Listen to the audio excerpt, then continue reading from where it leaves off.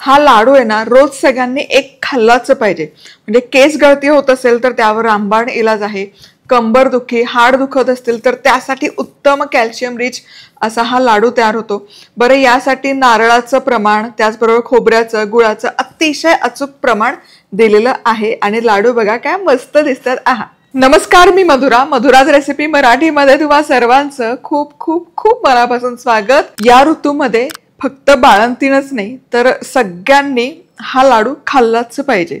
अळीवाचा लाडू करणार आहोत तर यासाठी नारळाच्या पाण्याचं योग्य प्रमाण, परत अळी फुलावे यासाठी काय करायचं, जास्त दिवस टिकावे यासाठी काय करायचं, मस्त त्यामध्ये स्वाद पण आला पाहिजे यासाठी काय करायचं, सगळ्या टिप्स आहेत.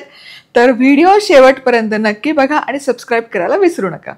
तर साहित्याची संपूर्ण यादी व्हिडिओच्या शेवटी आहे, पण मी काय म्हणते पहिले एक नजर पण घालून घेऊयात. 1 कप गूळ, 1.5 कप ओल्या नारळाचा खव, अर्धा कपला थोडा कमी म्हणजे 1/3 कप बारीक चिरलेला सुकामेवा, नाही घेतला काहीच हरकत, 3-4 लवंगा, अर्धा कप अळीव, अर्धा कप नारळाचं पाणी आणि एखाद दुसरं दालचिनीचा तुकडा.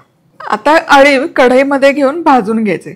अळीव वापरण्यापूर्वी स्वच्छ निवडून घ्या. तांदूळ डाळ निवळतो तसं लहान लहान त्यामध्ये कचरा असतो, त्यामुळे ते छान साफ करून घ्यायचं आणि भाजून याकरता घेतो. भाजून घेतलं ना की अळीवाचे लाडू गिळगिळ होत नाही, त्याला छान एक फर्म टेक्स्चर होतं आणि दीर्घकाळ टिकायलाही मदत होते. तर अर्धा कप म्हणजे 100 ग्रॅम इथे अळीव बरोबर भरतात आणि अगदी 2-3 मिनिटात भाजून तयार होतात. फार भाजायची गरज नाही. हे बघा, चटचट चटचट असे वाजायला लागतात. रंग बदलायचा नाहीये, हलकेसे फक्त चटचट आवाज येईपर्यंत भाजायचे. आता हे छान झालंय आणि इतका छान तो भाजल्या हळीवाचा सुवास तरवळतो तुम्हाला सांगते. आता गॅस बंद करायचा, हळीव घेऊयात. आता हे भाजलेले अळीव एका बाउलमध्ये काढायचे. याची आहे ना गरम वाफ लगेच जमा होते, त्यामुळे कुंड्यात घातले की असे पसरवा, नाहीतर गरम वाफ यामध्ये जमा होईल. आता हे भाजलेले अळीव हलकेसे थंड झाले. हे बघा छान असे थंड झालेत. आता यामध्ये नारळाचं पाणी घालूयात, मिसळायचं. 5 मिनिटं फक्त हे मुरण्याकरता ठेवायचं. लगोलग मुरतात, नुसतं मिसळलं तरी हे पाणी सगळं शोषून घेत. हे बघा छान हे घट्टसर झालंय. काही जण अळीवाला हळीव असं देखील म्हणतात.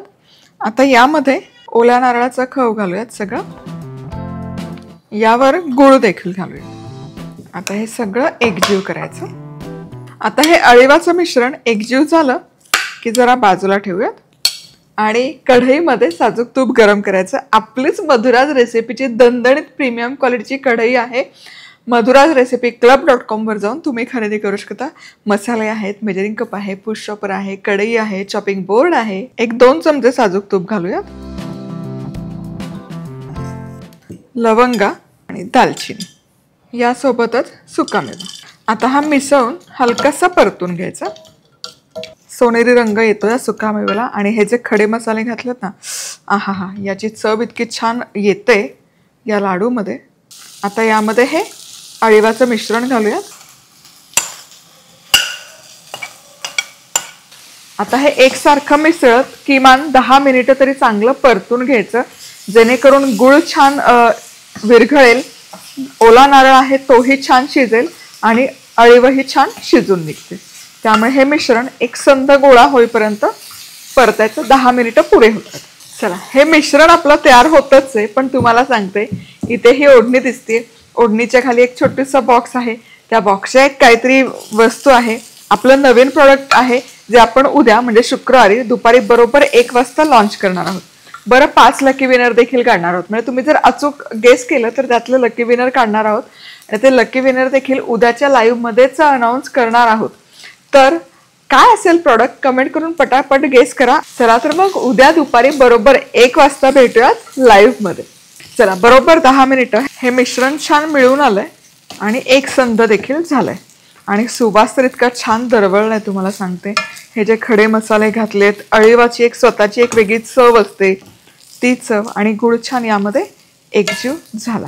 आता गॅस बंद करते. सुंठ पूड थोडीशी, गुळाचा कुठलाही प्रकार असो, हे वेलदोडा, सुंठ आणि जायफळ हे कॉम्बिनेशन आहे ना अफलातून होतं चवीला.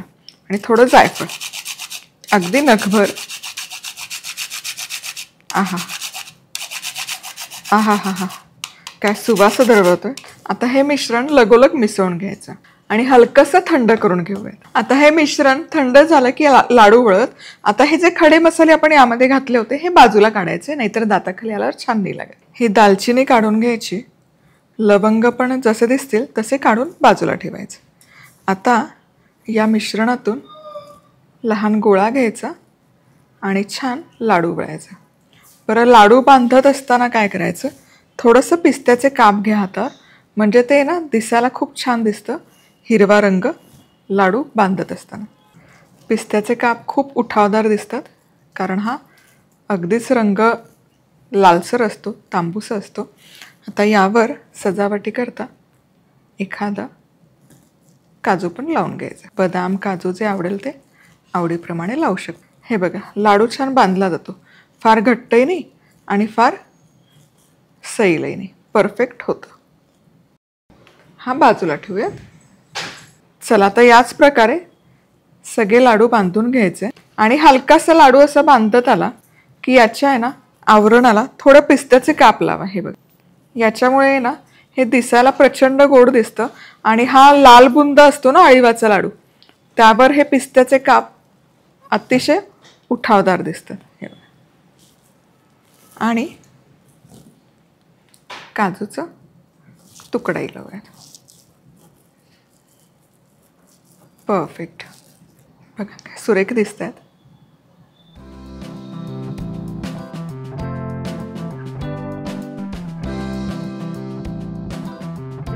अळीवाचे लाडू तयार आहेत. 100 ग्रॅम अळीव घेतले तर 16 लाडू बरोबर तयार होतात. अतिशय पौष्टिक आहे. म्हणजे तुम्ही जिमच्या पावडरी काय करतात, प्रोटीन पावडर, ही पावडर, ती पावडर, त्या सगळ्या पावडरी या एका लाडू पुढे फिक्या आहेत.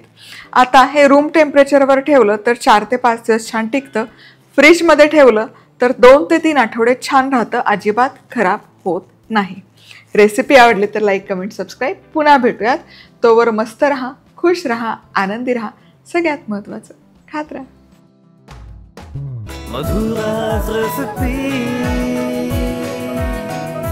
मधुराज रेसिपी, महाराष्ट्राची अस्सल चव.